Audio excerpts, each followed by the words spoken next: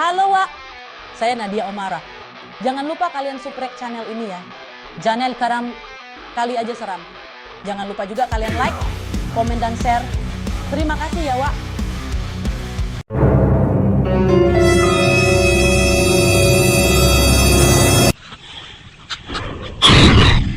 Kali Aja Seram.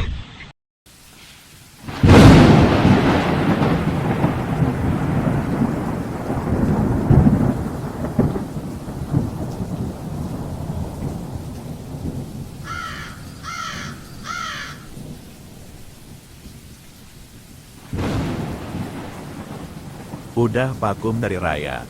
Assalamualaikum semuanya. Selamat datang di Karam Kali Aja Seram, podcast horor yang kadang seram, kadang kocak, dan selalu bikin kalian mikir, ini seram apa kocak sih? Saya, Mr. Randi, akan nemenin kalian buat dengerin cerita-cerita horor yang bikin kalian merinding, susah tidur, kepala pusing, masuk angin dan ujung-ujungnya muntah. Jadi, ambil bantal, matikan lampu, dan pasang headset kalian. Ini dia Karam Kali Aja Seram. Disclaimer untuk kalian, mohon dengerin sampai habis ya. Karena episode kali ini ada 4 cerita horor yang akan kami bawakan dan jangan lupa subrek, like, komen, agar kami tambah semangat lagi. Oke, yuk langsung ke ceritanya. Cekidot.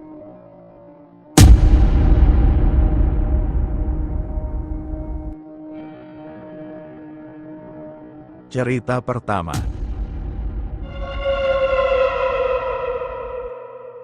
Bekas kecelakaan dikasih jeruk nipis. Pada tahun 2011, ada seorang perempuan bernama Mbak Sarah yang mengalami kecelakaan tragis. Saat itu, siang-siang, Mbak Sarah habis mengisi bensin dan hendak pulang. Dalam perjalanan, saat hendak menyeberangi rel kereta api, bannya tersangkut di besi yang tinggi.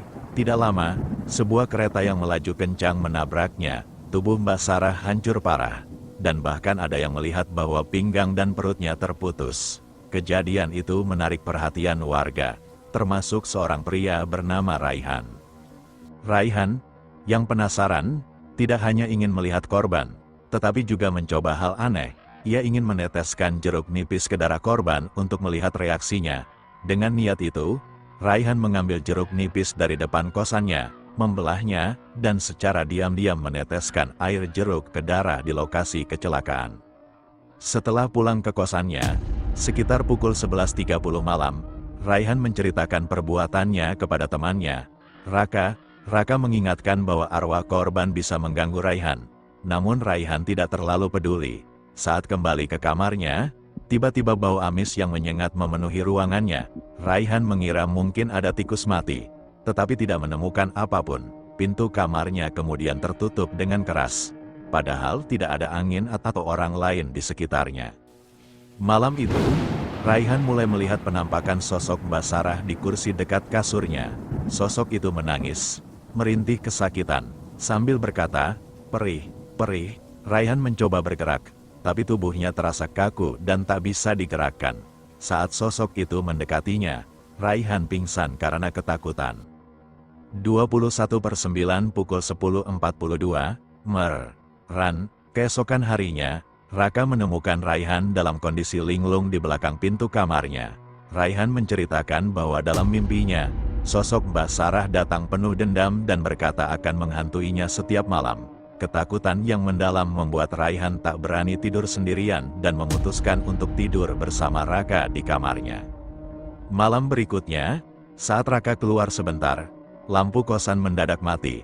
Raihan yang ketakutan mencoba mencari teman, namun semua pintu kamar di kosan terkunci dari luar. Saat menunggu dalam ketakutan, Raihan mendengar ketukan pintu. Dia berharap Raka sudah pulang. Namun setelah membuka pintu, tidak ada siapapun di luar. Pintu yang semula tertutup rapat mendadak terbuka sendiri, membuatnya semakin panik. Ketika Raka kembali, ia menemukan Raihan menggigil di pojok kamar, tatapannya kosong dan penuh ketakutan. Tetangga-tetangga kos yang mendengar cerita tersebut, akhirnya datang membantu. Mereka membaca doa untuk menenangkan Raihan. Namun, meskipun begitu, teror dari sosok korban kecelakaan tetap berlanjut. Sosok itu terus muncul. dan hanya Raihan yang bisa melihatnya. Pada akhirnya, Raka dan teman kerjanya, Tio, memutuskan untuk menemui orang pintar di desa Tio untuk mencari solusi. Orang pintar itu menyarankan agar mereka menaburkan air yang dicampur daun pepaya di lokasi kecelakaan. Malam sebelum mereka menjalankan ritual itu, Raka dan Tio terjebak hujan dalam perjalanan kembali ke kosan. Sementara itu, Raihan yang berada di kamar melihat. 21/9 pukul 10.46, Ran, sosok yang menyerupai Raka dan Tio masuk ke kamarnya. Sosok-sosok itu mengajaknya ke rel kereta api tempat kecelakaan Mbak Sarah terjadi. Beberapa jam kemudian, saat Raka dan Tio yang asli tiba di kosan, mereka menemukan bahwa Raihan tidak ada di kamarnya. Setelah mencari ke warung dan rel kereta api, mereka mendengar kabar ada orang yang tewas tertabrak kereta. Saat mereka melihat korban, betapa terkejutnya mereka mengetahui bahwa orang yang tertabrak itu adalah Raihan. Raihan telah diajak oleh dua sosok misterius yang menyerupai Raka dan Tio untuk bunuh diri di rel yang sama. Tempat kecelakaan Mbak Sarah terjadi. Teror jeruk nipis yang ia lakukan ternyata membawa ganjaran yang tidak pernah ia bayangkan.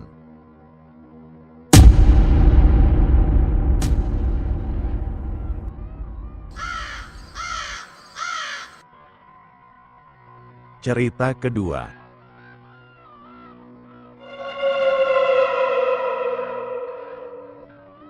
Hamil tua, Fadil merasa kelelahan setelah seharian bekerja, tapi suasana rumah terasa aneh. Istrinya yang sedang hamil muda tiba-tiba bertingkah aneh. Tiba-tiba, tanpa sebab yang jelas, dia mulai menamparkan perutnya sendiri dengan keras. Fadil yang sedang memegang gelas di tangan, langsung meletakkannya di atas meja. Dengan panik, dia segera memeluk istrinya, mencoba menahan tangan istrinya yang terus-menerus memukul perutnya sendiri. Astagfirullah, istighfar, sayang, tenang, tenang, seru Fadil dengan suara lembut namun penuh kekhawatiran. Namun, istrinya tampaknya tidak mendengar sama sekali. Dia malah membentak Fadil, "Lepasin aku, lepasin." Fadil merasa putus asa, tapi dia tidak menyerah. Dia mulai membaca ayat kursi di telinga istrinya dengan harapan agar istrinya tenang. Tapi alih-alih mereda, istrinya justru berteriak semakin keras, "Berisik, diam, berisik kamu." Fadil semakin bingung. Ayat suci yang dia baca tampaknya tidak mempan sama sekali. Tiba-tiba, istrinya berkata dengan suara aneh, "Suruh orang yang nyapu itu berhenti, berisik." Saat itulah Fadil mulai menyadari ada sesuatu yang sangat salah. Merasa tidak berdaya, Fadil segera menelepon saudaranya yang tinggal di kampung sebelah. Saudaranya menyarankan Fadil untuk segera membawa istrinya ke rumahnya. Tanpa berpikir panjang, Fadil menarik istrinya keluar rumah dan mengikat tubuh istrinya dengan kain jarik ke badannya agar tidak terjadi sesuatu di perjalanan. Dengan susah payah, Fadil membawanya naik motor menuju rumah saudaranya. Sesampainya di sana, tiba-tiba istrinya kembali normal, seolah tidak terjadi apa-apa. Fadil semakin bingung. Malam itu mereka menginap di rumah saudaranya. Atas saran saudaranya, Fadil memutuskan untuk pindah dari kontrakan yang mereka tempati. Sebelumnya, Fadil hanya ngekos, tapi setelah menikah, dia memutuskan untuk mengontrak rumah yang lebih besar. Namun, karena waktu yang mendesak, dia asal memilih rumah kontrakan yang terletak di dalam gang sempit dan dekat dengan komplek pemakaman. Sejak mereka tinggal di sana, Fadil selalu merasa ada yang aneh, terutama karena banyak rumah di deretan kontrakan itu yang kosong. Keesokan harinya, mereka segera pindah. Fadil sadar bahwa gangguan yang dialami istrinya mungkin terkait dengan kehamilannya yang menjalasan makhluk-makhluk halus di kontrakan tersebut tertarik. Meski masih bingung dengan apa yang sebenarnya terjadi, Fadil berharap dengan pindah ke tempat baru, mereka bisa hidup lebih tenang. Sementara itu, di Jawa Tengah pada tahun 2001, seorang anak bernama Bismo mengalami pengalaman yang, saat bermain kelereng bersama teman-temannya di sekitar kebun bambu, mereka tidak sadar waktu sudah maghrib, dan salah satu temannya, Wahyu, tertinggal karena masih mengambil kelereng. Ketika mereka berjalan pulang, Bismo dan temannya mendengar suara aneh dari belakang. Saat mereka menoleh, Wahyu yang tadinya mengikuti mereka tiba-tiba hilang. Semalaman, Wahyu tidak ditemukan, dan pencarian berlangsung selama berhari-hari. Desas-desus tentang mitos bambu yang nunduk mulai menyebar di desa mereka. Konon, jika ada seseorang yang melangkahi bambu yang nunduk pada waktu maghrib, dia akan diambil oleh makhluk halus, seperti yang dialami Wahyu. Setelah hilang selama 4 tahun, dia tiba-tiba kembali ke desanya dengan pakaian yang sama seperti saat dia menghilang. Ketika ditanya, Wahyu merasa hanya semalam saja bersama seorang ibu-ibu misterius yang memberinya makan. Wahyu baru sadar setelah diberitahu bahwa makanan yang ia anggap lezat sebenarnya adalah bangkai dan kotoran di alam makhluk halus. Akhirnya, Wahyu diruqyah oleh ustaz setempat dan sembuh dari gangguan tersebut. Kedua kisah ini menjadi pengingat bahwa dunia gaib selalu berada di sekitar kita, dan ada saat-saat di mana batas antara dunia manusia dan makhluk halus menjadi kabur, terutama ketika kita tidak waspada.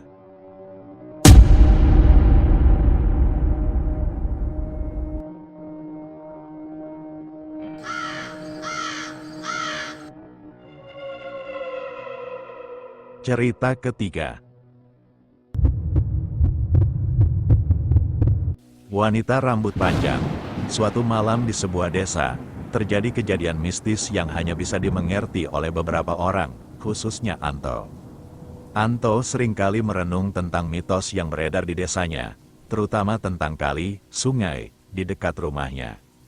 Banyak yang mengatakan bahwa jika seseorang memanggil nama makhluk tertentu di kali tersebut, sesuatu yang mengerikan akan terjadi. Namun, kali ini, Anto melihat sesuatu yang membuatnya merinding. Sosok yang muncul bukanlah yang dibayangkan. Sosok itu bukan wanita cantik yang sering tertawa seperti yang diceritakan, tetapi makhluk yang wajahnya hancur, sering menangis, dan selalu menutupi wajahnya dengan rambut panjangnya. Kejadian ini tidak hanya berhenti di Anto. Seorang pria bernama Aryo dan teman-temannya juga mengalami kejadian mistis ketika mereka mendaki sebuah gunung di Jawa Timur. Aryo bersama Dimas dan Zaki bertemu dengan pasangan pendaki, Hari dan Tias, yang memilih untuk tidur satu tenda meski tidak muhrim. Meskipun sudah diperingatkan oleh Aryo tentang mitos bahwa tidak boleh ada laki-laki dan perempuan yang bukan pasangan resmi tidur dalam satu tenda, mereka tetap tidak menggubris. Malam itu, gangguan mistis mulai datang. Aryo melihat siluet sosok pria telanjang dengan rambut panjang berantakan di luar tenda mereka. Sosok itu terus menghantui mereka hingga membuat tenda mereka bergoyang-goyang dengan keras. Puncaknya terjadi ketika seluruh rombongan, termasuk Hari dan Tias, melihat makhluk aneh, seorang pria kurus pucat yang memanjat pohon dan menjulurkan lidahnya ke arah mereka. Kejadian itu membuat seluruh pendaki ketakutan dan memutuskan untuk tidur terpisah, dengan Tias ditemani para perempuan di tenda lain. Setelah mengikuti saran ini, gangguan pun berhenti, dan mereka bisa melanjutkan pendakian keesokan paginya tanpa gangguan. Di tempat lain, ada juga cerita tentang seorang pria bernama Ardian yang naik gunung bersama teman-temannya. Suasana berubah ketika terdengar suara ketawa keras dari atas pohon. Mirip suara kuntilanak, suara itu membuat mereka yang sedang asik bercanda langsung ketakutan dan masuk ke tenda. Namun, ketakutan Ardian tidak berhenti di situ.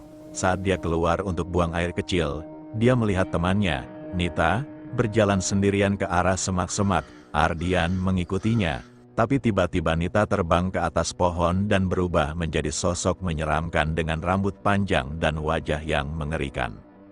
Tak sampai di situ, Ardian mendengar suara bayi menangis yang membuat suasana semakin mencekam. Meskipun teman-temannya juga mendengar suara itu, hanya Ardian yang benar-benar merasakan gangguan dari makhluk tersebut hingga pagi tiba. Mereka semua bersyukur bisa melanjutkan pendakian tanpa ada kejadian mistis lagi. Cerita-cerita ini adalah pengingat bahwa mitos dan kepercayaan lokal seringkali berkaitan erat dengan alam dan tempat-tempat yang memiliki kekuatan mistis tersendiri. Naik gunung atau berada di alam bebas memang membutuhkan kesopanan dan penghormatan, bukan hanya terhadap sesama manusia, tetapi juga terhadap makhluk-makhluk tak kasat mata yang mungkin ada di sekitar kita.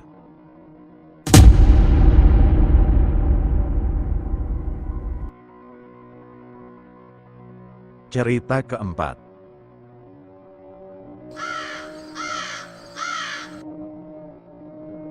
Berkemah, Raffi dan teman-temannya sedang berkumpul di sanggar pramuka.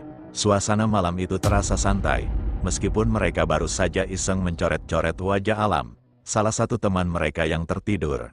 Raffi awalnya ragu, tapi karena malas berdebat, dia membiarkan teman-temannya bersikap jahil. Malam itu berlalu dengan canda tawa, dan akhirnya mereka semua beristirahat.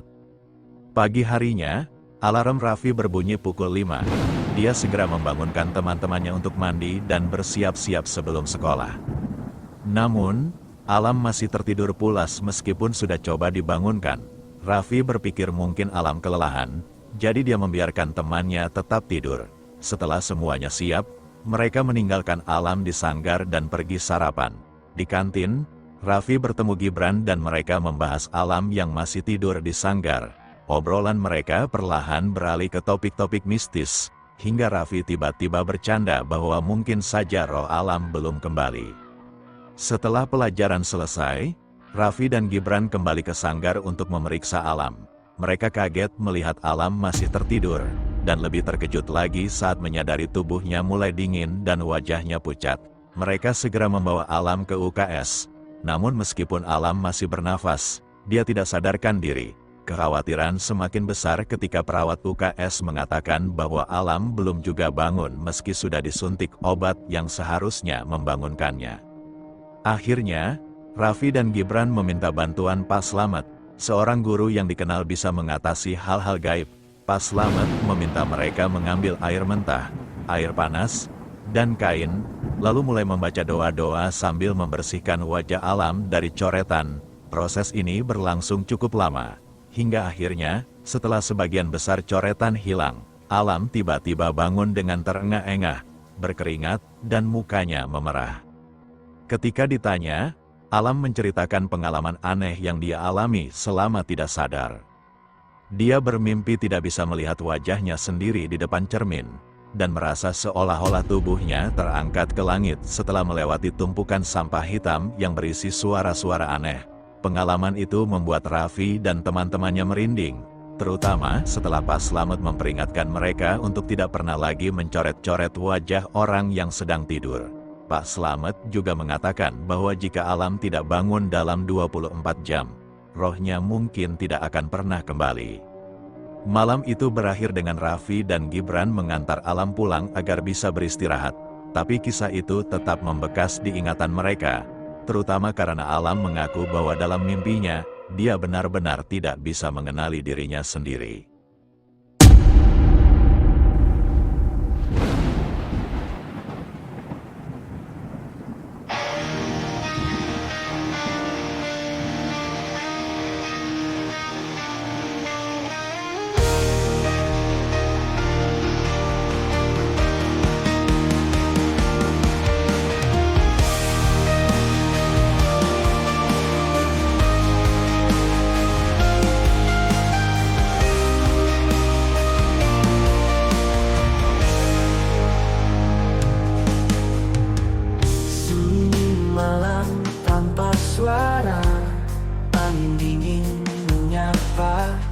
Dari balik jendela kusam, bayangan hitam melintas.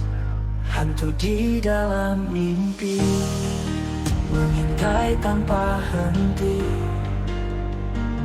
Malam ini aku tak sendiri, ada dia bayangan sepi. Ketika bulan sembunyi dalam gelap, ku tak bisa lari. Langkah berat menghantui di lorong sunyi yang tak bertepi. Hantu di dalam mimpi mengintai tanpa henti. Malam ini aku tak sendiri, ada dia bayangan sepi.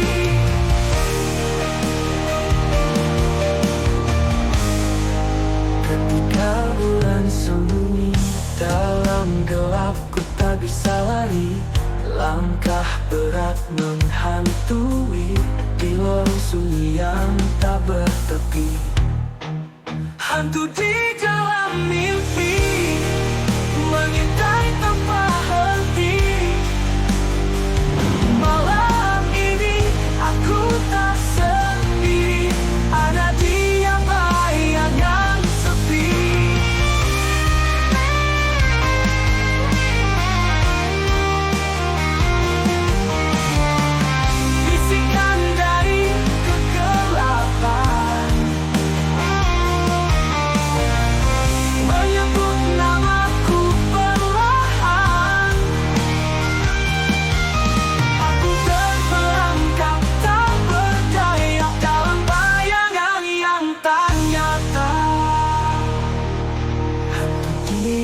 dalam mimpi, mengintai tanpa henti. Malam ini aku tak sendiri, ada dia bayangan sepi. Sunyi kembali